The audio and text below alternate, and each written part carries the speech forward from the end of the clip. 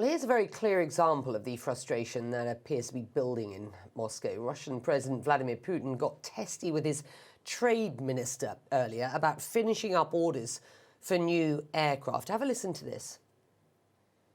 Mr. Mansurov, you say everything is ready to go, but there are no contracts. This is what I am telling you. Let's discuss this after the meeting.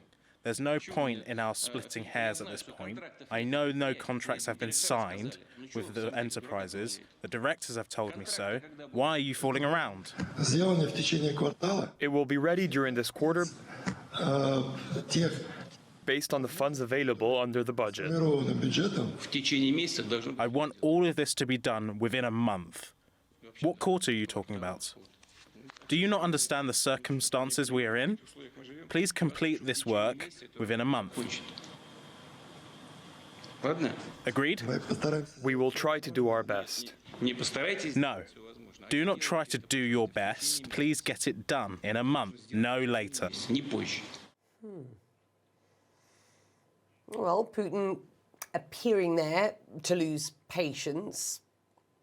There could be some theatre going on here. I want to talk about the political dynamics, though, that we are seeing. CNN's Sam Kiley has reported from Ukraine throughout this war, has been in and out the country for years and in and out of Russia. He is joining us now from Abu Dhabi. And Sam, and you've just been in Ukraine very recently. You've seen the evidence of what is going on the ground from both a Ukrainian and Russian military perspective, and you're well aware of what the Wagner Group, for example, is up to there. What do you make of this infighting that we have been seeing? It's obviously, spilling over outside of the military at this point, given what we've just seen there between Putin and his trade minister.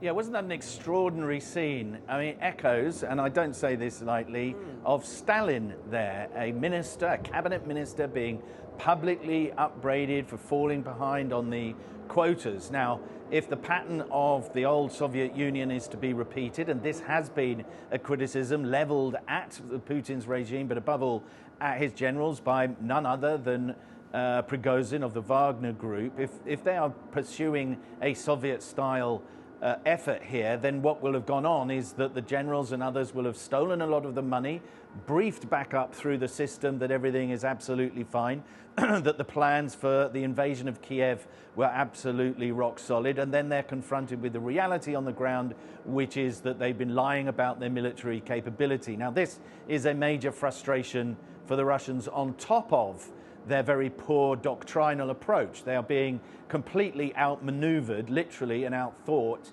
by the Ukrainians with much smaller forces, much fewer weapons, but because they've had NATO training that has completely changed the form of warfare that they're pursuing on the ground. Now, the reason the Wagner Group is able to boast about its successes, perhaps even have a few successes, is it's a very linear structure. It has a CEO, if you like, and then it has subordinates, very few people in the system to steal and to bend the rules. But what we're really also seeing here, again, is perhaps echoes of the late Soviet era, is the fraying of the system around Vladimir Putin. He's losing his temper with his cabinet ministers. He's losing his temper with his generals. We've had 2 or 3 replacements of the battlefield commander in the east of Ukraine. Now we've got Gerasimov, the author of the main doctrine, the international doctrine of Russia in terms of military operations, which is permanent destabilization, chaos in the ranks of the enemy is victory. And that will be very worrying